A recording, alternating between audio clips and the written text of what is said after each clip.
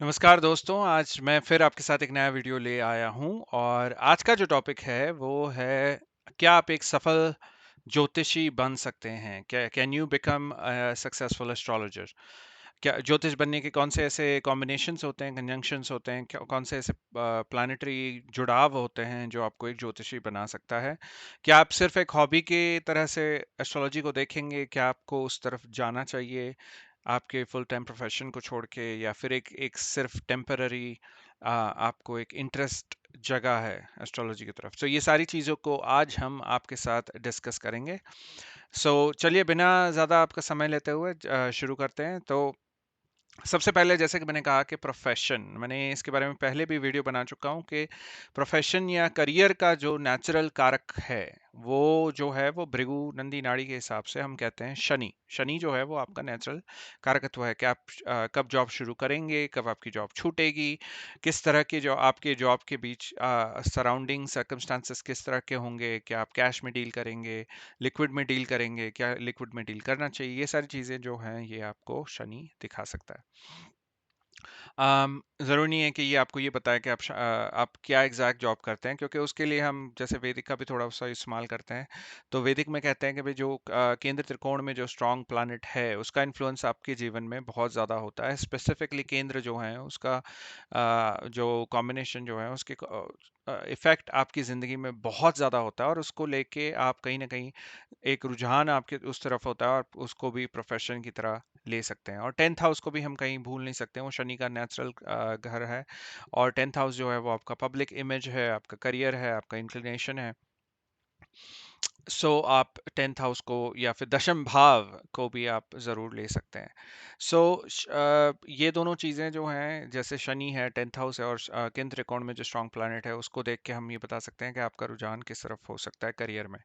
उसके अलावा अगर हम देखें कि आप की इंटरेस्ट क्या है, तो जीव मतलब गुरु जो है या बृहस्पति ग्रह जो है या गुरुदेव जो है या फिर जुपिटर प्लैनेट जो है, वो आपके जीव को दर्शाता है, आपके नेचुरल इंटरेस्ट, आप जो हैं एज अ पर्सन, आप इंडिविजुअली कौन है। तो उसको जीव यानी जुपिटर को भी देखना बहुत ज़रूरी है कि आप एस्ट्रोलॉजर बन सकते हैं या नहीं बन सकते। अच्छा, एस्ट्रोलॉजर कौन है, कौन से प्लैनेट एस्ट्रोलॉजी को दर्शाता है या दिखाता है? तो बुध देव या मर्क्यूरी या बुध जो ग्रह है, वो ग्रह जो है वो आपकी कैलकुलेटिव एबिलिटीज को दर्शाता है। आप कितना कैलकुलेट कर सकते हैं, आपका कम्युनिकेशन स्किल कैसा है, क्योंकि अगर आप ज्योतिष हो तो आपका कम्युनिकेशन स्किल, चाहे आप रिटर्न वेबसाइट्स में हो, चाहे यूट्यूब पे वीडियो बनाएं या फिर ज्योतिष सिखाएं, तो आपका थर्ड हाउस या फिर आपका मर्क्यूरी जो है वो कहीं ना कहीं स्ट्रांग होना जरूरी है। आपको कैलकुलेट भी करना पड़ता है। अगर आप केपी एस्ट्रोलॉजी में गए तो आपको काफ़ी कैलकुलेट करना पड़ता है। अगर आप वैदिक में गए तो फिर आपको D60 तक कई बार आपको जाना पड़ सकता है। हालांकि अब तो सॉफ्टवेयर जो हैं वो आपको D60 बना के दे देते हैं, लेकिन कई सारी चीज़ें ऐसी हैं जो आपको फिर भी मैन्युअली कैलकुलेट मेंटली करनी पड़ती है और लॉजिक को फिट करना पड़ता है। तो ये जो फिटोलॉजी नहीं, लेकिन लॉजिक को फिट करना, मतलब कि आप देश का काल पात्र को साथ में लेते चलते हुए आपको कहीं ना कहीं देखना पड़ता है कि क्या ये चीज़ इस पे फिट होती है, और फिर ही आप उसके बारे में नेटिव जो आपके पास आया है उसको आप बताएं। तो ये जो है इसमें मर्क्यूरी का बहुत बड़ा हाथ है। अच्छा, तो अभी तक मैंने कहा शनि कहा, जुपिटर कहा, और मर्क्यूरी क्योंकि वो ज्योतिष का कारक है, कैलकुलेशन कम्युनिकेशन का कारक है। केतु जो है वो अष्टम भाव का कारक है और अष्टम भाव में बहुत स्ट्रांग हो जाता है। वृश्चिक राशि में वो उच्च का भी माना जाता है, और केतु कहीं ना कहीं आपको ये बता सकता है कि आपके अंदर रिसर्च एबिलिटीज हैं या नहीं। क्या आप सद्भाव से, क्या आप सेवा के रूप में, क्या आप केतु को यूज करते हैं, क्या आप सर्विस कर सकते हैं, क्या आप डेडिकेटेड रह सकते हैं, क्या आप रूट में जा सकते हैं, डीप कॉजेस में देख सकते हैं, रिसर्च कर सकते हैं। क्योंकि रिमेंबर, केतु जो है वो कहीं ना कहीं आपके रिसर्च एबिलिटीज को दर्शाता है। वो आपके इमोशंस को काट के क्या आप सही चीज देख पाते हैं या नहीं, उस चीज को दर्शाता है। तो ज्योतिष के लिए आपको केतु का बहुत इंपॉर्टेंस है, बिकॉज ज्योतिष at the end of the day, वो इंडियंस का अगर देखें, हिंदुस्तानियों का देखें, तो वो एक डीप रूट है, वो कहीं ना कहीं कॉज है। तो डीप आप जा सकते हैं, यानी कि आप कनेक्टेड हैं डीप रूट से या नहीं। वेदों का ज्ञान जो होता है वो भी केतु का कहीं ना कहीं उसमें इन्वॉल्वमेंट होता है, मर्क्यूरी का इन्वॉल्वमेंट होता है। तो आप इसको भी साथ में रख सकते हैं। ये जो हमने 4 प्लैनेट के बारे में डिस्कस किया, जैसे जुपिटर है, शनि है, केतु है, मरक्यूरी है, इनका कहीं न कहीं इंटरचेंज कॉम्बिनेशंस अगर आपके चार्ट में दिखता है, जैसे जुपिटर केतु है, वो नेचुरल एक ज्योतिष होता है। उसको कहीं न कहीं बचपन से ही उसके आस-पास ज्योतिष के अनुभव होने लगते हैं उसे। या तो उसका कोई सिबलिंग जो है भाई-बहन या फिर कोई अंकल या फिर अड़ोस-पड़ोस में या फिर कोई मित्र सर्कल में कोई ज्योतिष होता है, या फिर वो खुद ही अखबार में टाइम्स ऑफ इंडिया पढ़ते हैं, या फिर जैसे ईयरली प्रेडिक्शंस आते हैं आपके संदेश गुजरात न्यूज़पेपर में, या फिर कोई टाइम्स ऑफ इंडिया में ईयरली प्रेडिक्शंस आते हैं, तो कहीं ना कहीं उसको देख के आप प्रेरित होते हैं। हो सकता है आप वेस्टर्न एस्ट्रोलॉजी को लेके आए, या फिर टैरोट कार्ड की तरफ से झुकते हुए आप खिंचते चले आए, और कहीं ना कहीं आप नाड़ी ज्योतिष जो कि बहुत ही एक्यूरेट प्रेडिक्शन देने में सक्षम है, वहां तक आप आ गए और आपको एक अनुभव हुआ। जो ज्योतिष जुपिटर केतु वाले जो होते हैं, उनकी जिंदगी भर कहीं ना कहीं ज्योतिष उनके आसपास मंडराता रहता है। लेकिन अगेन देव का देश, काल और पात्र को देखना बहुत जरूरी है। जैसे जेनिफर एनिस्टन है, वो हॉलीवुड की बहुत फेमस अदाकारा हैं, एक्ट्रेस हैं। उनकी अगर आप कुंडली देखें तो उनके 12th हाउस में जुपिटर और केतु का कंजंक्शन होता है। तो क्या आप कह सकते हैं कि वो भृगुनंदी नाड़ी सीखेंगी या एस्ट्रोलॉजी सीखेंगी? जी नहीं कह सकते हैं। क्यों नहीं कह सकते हैं? क्योंकि उसका कहीं न कहीं एक आपके देश काल पात्र पे कहीं न कहीं इन्फ्लुएंस बहुत ज़्यादा होता है। आपके देश में अगर एस्ट्रोलॉजी को एक मज़ाक बना दिया गया है, उसको सही तरह से नहीं पोर्ट्रे किया गया, उसको एक विज्ञान या एक भाव की तरह नहीं दिखाया गया, तो आप नहीं बन सकते हो ज्योतिष, ठीक है? और आपके आस-पास हो सकता है कि फिर भी अनुभव हैं और आपके आसपास फिर भी होता है, आप कहीं न कहीं उसके टच में आते हैं, लेकिन आप उसको एक्सप्लिसिटली बाहर दिखाने में कहीं न कहीं हिचकिचाहट महसूस करते हैं। हो सकता है आप अकेले में ज्योतिष के एस्ट्रोलॉजी की ब्लॉग्स पढ़ें, या फिर एस्ट्रोलॉजी के बारे में पढ़ें, कहीं न कहीं रीड करें, पर ज़रूरी नहीं कि आप उसको पब्लिक में लाएँ। सो जुपिटर केतु कॉम्बिनेशन लेकिन आपको ज्योतिष के आसपास कहीं न कहीं रखता है, क्योंकि केतु जो है वो ज्योत का कारक है, और ज्योतिष जो है जुपिटर जो है वो आप खुद हैं, वो आपका जीव है। सो वो है, फिर उसके बाद हम देखते हैं शनि को, क्योंकि शनि कर्म देवता हैं और कर्म कारक हैं, और शनि देव जो हैं वो आपके इंक्लिनेशन को दर्शाता है कि आपके आसपास क्या होती है, और केतु जो है वो रूट कॉजेस को दर्शाता है, वो डीप में जाना दिखाता है। तो कहीं ना कहीं जुपिटर शनि और केतु साथ में अगर हैं, तो अगर अगर आप कहीं ना कहीं डीप में रिसर्च करना पसंद कर सकते हैं, आपके प्रोफेशन में रिसर्च करना हो सकता है। शनि केतु वालों को हम अक्सर रेमेडी देते हैं, क्योंकि उनकी जॉब्स का ठिकाना नहीं होता, कहीं ना कहीं उनकी जॉब्स अक्सर छूटती रहती है, या फिर उनको जॉब सही मिलती नहीं है, और अगर मिला तो उस पे कहीं ना कहीं कोई लांछन लगता है, कोई एलिगेशन लगता है, तो जिसकी वजह से उनको जॉब छोड़नी पड़ती है।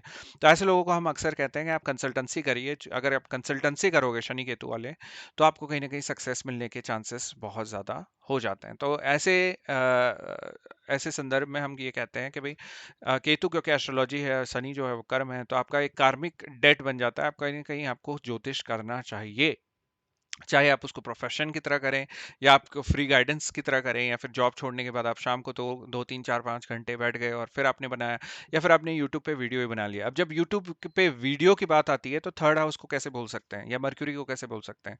सो थर्ड हाउस जो है वो आपकी ऑनलाइन मीडिया, आपके मीडिया को संभालता है, आपके ऑनलाइन चीज़ों को दर्शाता है, आपकी कम्युनिकेशन स्किल को दर्शाता है। तो अगर आप ज्योतिष हैं और आप कम्युनिकेट नहीं कर सकते सही तरह से, या फिर आपकी कम्युनिकेशन में गड़बड़ी है, तो आप सही ज्योतिष नहीं बन सकते, या आप ज्योतिष की तरफ आपको रुझान भी नहीं हो सकता, क्योंकि आपको बोलना पड़ता है, आपको समझाना पड़ता है।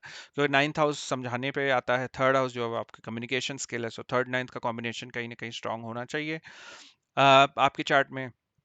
दूसरी चीज़ जो है वो मर्क्यूरी, जो मैंने जैसे कि बताया, तो मर्क्यूरी बहुत स्ट्रांग होना चाहिए। तो आपको कैलकुलेट करवाता है, वो कहीं ना कहीं आपको डीप में रिसर्च भी करवा सकता है, क्योंकि थर्ड हाउस जो है वो 8th से 8th हाउस है।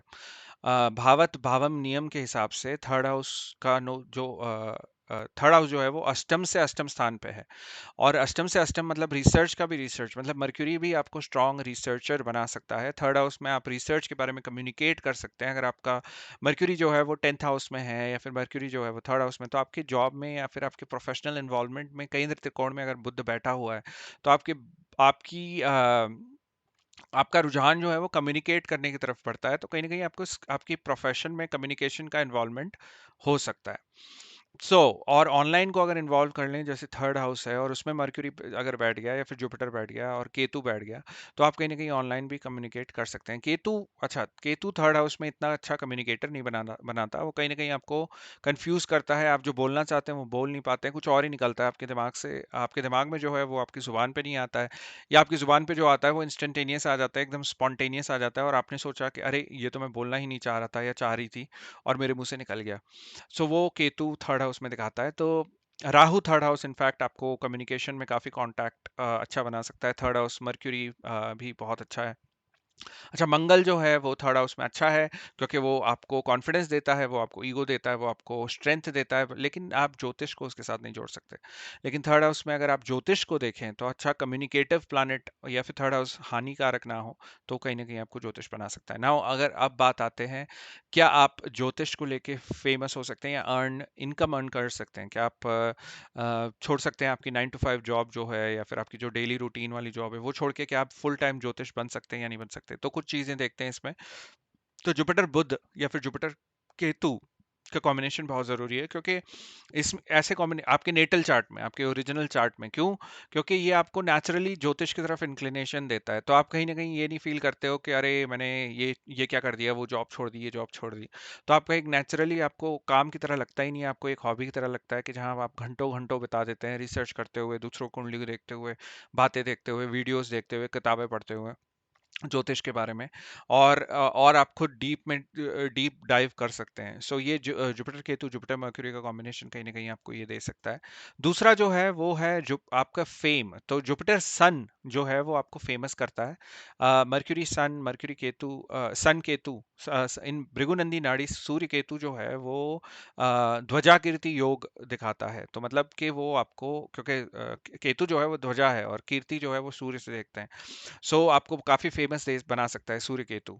और अगर उसके साथ जुपिटर को भी जोड़ दिया जाए या शनि को जोड़ दिया जाए, तो आप उसको ऐसे भी बोल सकते हैं कि प्रोफेशन में, मतलब जुपिटर केतु जो एस्ट्रोलॉजर है, या फिर शनि केतु जो एस्ट्रोलॉजी है, तो उसको अगर आप साथ में लेके चलें और उसमें कहीं ना कहीं सूर्य का इन्फ्लुएंस ऐड कर दें, तो आप उसको फेम भी मिल सकता है। कहीं अगर हम हमें डिग्रीज देखने जरूरी है, और कोई और बुरे रुझान तो सूर्य की तरफ नहीं है, वो देखना ज़रूरी है। लेकिन जनरली हम देख सकते हैं कि भई आप फेमस एस्ट्रोलॉजर बन सकते हैं। सूर्य केतु, जुपिटर सन, सन सूर्य जो सूर्य और शनि जो है वो, शनिदेव और सूर्यदेव जो हैं वो साथ में हैं केतु के साथ। और इसी तरह हम सूर्य बुध को देखें, तो सूर्य बुध को हम बुधादित्य योग कहते हैं, पर उसके साथ कहीं न कहीं केतु जुपिटर अगर इन्वॉल्व हो गया है, क्योंकि जुपिटर जो है वो हर चीज़ को कंट्रोल कर लेता है। कोई भी बुरी चीज़ को कंप्लीटली फुलफिल नहीं होने देता। तो जुपिटर का अगर इन्फ्लुएंस हो जाता है उस पे, तो कहीं न कहीं वो भी आपको फेम दिला सकता है इस फील्ड में। अच्छा, फेम मिल गया, आपने ऑनलाइन भी देख लिया, आपने ये भी देख लिया कि कौन से कॉम्बिनेशंस हैं। Jupiter Ketu, Jupiter Mercury, Shani Ketu. Mangal जो है वो आप खुद हैं, आपकी बॉडी है, क्या आप उतने साफ सुथरे रह सकते हैं, क्या आप उतने डेलीगेंटली आप जा सकते हैं, क्योंकि रिमेंबर मंगल जो है वो अष्टम स्थान का मालिक है। सो एट्थ हाउस बहुत इंपॉर्टेंट है, टेंथ हाउस आपकी पब्लिक इमेज है, सेवन्थ हाउस आपका बिजनेस है। तो आप बिजनेस के कारकत्व हैं या नहीं आपकी कुंडली में? क्या आप बिजनेस कर सकते हैं? क्या मर्क्यूरी ऐसा स्ट्रांग है? क्या शनि मर्क्यूरी का कोई कॉम्बिनेशन है? क्या जुपिटर मर्क्यूरी का कोई कॉम्बिनेशन है? क्या थर्ड हाउस स्ट्रांग है? थर्ड हाउस कम्युनिकेशन का ही नहीं, कॉन्फिडेंस का भी हाउस है। आपके एक एडवेंचर जो आप कहते हैं कि एग्रेसिवली आप कर सकते हैं कि नहीं, वो प्रोफेशन को टेक कर सकते हैं, नहीं, क्योंकि क्योंकि रिमेंबर ज्योतिष एक कंसल्टेंसी जैसा ही फर्म होता है। तो आप क्या उस आपके अंदर वो रिस्क टेकिंग एबिलिटी है, जो कि थर्ड हाउस से आप देख सकते हैं। Third house, seventh house, mercury, business, tenth house, क्या आप बिजनेस कर सकते हैं, ये सब चीज़ें देखना बहुत ज़रूरी है। क्या आप बिजनेस नहीं कर सकते, तो फिर आप ज्योतिष भी फुल टाइम नहीं बन सकते हो। आप पार्ट टाइम कर सकते हो सकता है हॉबी की तरह लें, लेकिन आप फुल टाइम नहीं बन सकते। तो थर्ड हाउस का इंपॉर्टेंस है। उसके बाद इंपॉर्टेंट होता है कि आपकी इनकम, इनकम क्या है? वो है शुक्र। शुक्र जो है वो सेकंड हाउस को दर्शाता है, और शुक्र जो है वो खुद सेवन्थ हाउस को भी दर्शाता है, बिजनेस को दर्शाता है, बिजनेस पार्टनरशिप्स को दर्शाता है। तो कहीं ना कहीं अगर शुक्र केतु के साथ, शुक्र जो है वो बुध के साथ, शुक्र जो है जुपिटर या शनि के साथ, और शनि केतु के साथ कॉम्बिनेशन बनाता है, शुक्र को अगर इन्वॉल्व कर लो, तो आपकी इनकम भी ज्योतिष के थ्रू आ सकती है, रिसर्च के थ्रू आ सकती है। आप हो सकता है हर्बल मेडिसिन में भी साथ में डील करते हो। अच्छा, ये कुछ ज्योतिष के फॉर्मेट्स हैं, जैसे टैरो कार्ड है या फिर आप पामिस्ट्री अगर आप इन्वॉल्व कर लो, तो ये बहुत बेसिक हैं। कई लोग सिर्फ इसको बेसिक देख सकते हैं। हो सकता है ऑफिस में वो लोगों के हाथ देखें, या फिर अड़ोस पड़ोस में लोग उनके पास अक्सर आ जाएं और कहें कि भैया आप और दीदी आप मेरी कुंडली देख सकते हैं, या फिर आप मेरी चार्ट देख सकते हैं, या फिर मेरा हाथ देख के बताइए मेरा जीवन कैसा है, क्या मैं फॉरेन जा सकती हूँ या जा सकता हूँ। सो ये सारी चीज़ें जो हैं वो आप कहीं ना कहीं कुंडली से भी कुंडली से देख सकते हैं कि भाई अगर छोटा इन्वॉल्वमेंट है, जैसे शुक्र केतु है, बुध केतु है, या फिर बुध और खराब स्थान में बैठा हुआ है, तो फिर आप हो सकता है कि ओकेजनली एस्ट्रोलॉजी करें लेकिन फुल टाइम नहीं कर सकते हो। तो ये भी इम्पोर्टेंट है। सो हमने अभी तक क्या देखा कि आप क्या हैं, आपका प्रोफेशन क्या है, कौन से ग्रह ज्योतिष को के कारकत्व को दर्शाते हैं, कौन से कॉम्बिनेशंस हैं, कौन से घर हैं जो इम्पोर्टेंस है। उसी तरह जो घर हैं उसी को आप राशि में कन्वर्ट कर लो, जैसे Scorpio, Capricorn, Gemini ascendant, Gemini sign जो है, ये चीज़ों को साइन भी इम्पोर्टेंस है। उसके बाद हमने देखा कॉम्बिनेशंस, और उसके बाद हमने देखा इनकम। सो आप ये सारी चीज़ों को अगर देखते हुए अगर आपको दिखता है कि आप बिजनेस कर सकते हैं, आपके ज्योतिषी से इनकम है, आप ज्योतिष अच्छे बन सकते हैं, आपके पास फेम भी है, तो फिर आप फुल टाइम ज्योतिष में कन्वर्ट कर सकते हैं और आपको उसका ज़रूर अच्छा परिणाम मिलेगा। कई लोगों के लिए, जैसे शनि केतु जो हैं उनको कंसल्टिंग का जिसको बोला है, तो उनको मैं कई बार बहुत ही स्ट्रांग रिकमेंडेशन देता हूँ कि आपको ज्योतिषी करनी ही चाहिए, आपको सीखनी ही चाहिए, क्योंकि आपका कर्म बंधा हुआ है उस तरफ। तो आपको आपके आपके कर्म अगर निपटाने हैं और आपको अगर मोक्ष की तरफ स्टेप इन करना है, तो कहीं ना कहीं आपको ये करना ज़रूरी है। क्योंकि रिमेंबर, केतु जो है वो एंडिंग है, शनि जो है वो आपके कर्म है। तो शनि केतु, जुपिटर केतु वाले लोगों को ऐसे भी कहा जाता है कि मोक्ष के योग बहुत बन जाते हैं, लिबरेशन के योग बन जाते हैं। तो उसका मतलब कि आप दूसरों की सेवा, आपका ज्ञान बांटने के लिए धरती पे आए हो, आप रूट्स को फैलाने के लिए धरती पे आए हो, और आपका एक बार वो काम हो गया तो फिर आपका कोई और काम नहीं बचेगा। सो ये सारी चीज़ों को ध्यान में रखते हुए आप प्लीज़ अपनी कुंडली में देखिए। आप अपनी कुंडली डाउनलोड कर सकते हैं फ्रॉम astrosage.com, जहाँ पे फ्री कुंडली मिलती है। आपके पास अगर ऐप है तो आप उस पर भी यूज़ कर सकते हैं। उसके अलावा आप जगन्नाथ होरा, जे होरा की सॉफ्टवेयर को भी यूज़ कर सकते हैं। सो जे होरा जो है वो फ्री सॉफ्टवेयर है, फ्री सोर्स वेबसाइट है। तो आप उसको भी डाउनलोड कर लीजिए अपने डेस्कटॉप पे, और आप उसको भी यूज़ कर सकते हैं, और आपको प्रीटी मच डेटा मिल सकता है। अच्छा, आप मुझे ये बताइए कि आपको आज का वीडियो कैसा लगा? क्या इसमें कोई चेंजेस लाने की ज़रूरत है? क्या मैं बहुत जल्दी बोलता हूँ, बहुत स्लो बोलता हूँ? क्या आपको और रिपीट करने की ज़रूरत है? क्या आपको प्रेज़ेंटेशन स्टाइल पसंद है, या फिर मैं आपसे जब बात करता हूँ वो मुझे आपको ज़्यादा पसंद है? सो ये सारी चीज़ों को ध्यान में रखते हुए आप प्लीज़ कमेंट करिए नीचे बिलो, कमेंट सेक्शन में आप लाइक करिए, शेयर करिए मेरी वीडियो को। आप कॉन्स्टेंटली, मैं देख रहा हूँ कि आपने काफ़ी सारे शेयर्स किए हैं, फेसबुक पे भी मेरे वीडियोस शेयर्स होते हैं, रेडिट पे भी होते हैं। इसके लिए बहुत बहुत धन्यवाद। और अगर आप चाहो फ्री कंसल्टेंट, आप चाहते हो कि मेरे साथ कंसल्टेंसी करो किसी टॉपिक्स पे, तो आप मेरी वेबसाइट चेकआउट कर सकते हैं, www.astrologyexpress.org। बहुत ही सटीक प्रेडिक्शन मैं दे सकता हूँ। उसके अलावा आप अगर चाहते हैं कि ज्योतिष सीखना चाहते हैं, तो मैं आपको ज्योतिष सिखा भी सकता हूँ। केपी एस्ट्रोलॉजी, वैदिक एस्ट्रोलॉजी और भृगुनंदी नाड़ी में मेरी स्पेशलिटी है। मैंने खुद सीखा है, मैंने खुद कहीं फीस देखे, मैंने खुद सीखी है ये चीज़ें। वैदिक एस्ट्रोलॉजी हालांकि मुझे बचपन में सिखाई गई थी, और मेरी खुद से सीखी हुई है। केपी एस्ट्रोलॉजी मुझे बचपन में सिखाई गई थी। कस्पल, सब लॉर्ड और सब लॉर्ड, ये सब मुझे बहुत बचपन में ही आ गया था, और नक्षत्र ज्योतिष मैंने सीखी थी। उसके अलावा भृगुनंदी नाड़ी भी मैंने सीखी है। सो कहीं न कहीं इसका एक रुझान मेरा उसकी तरफ हमेशा से रहा बचपन से। सो अगर आप भी उनमें से हैं, सो ज़रूर मुझे कॉन्टैक्ट करिए, मैं आपको बहुत डीप में अच्छे से समझा सकता हूँ।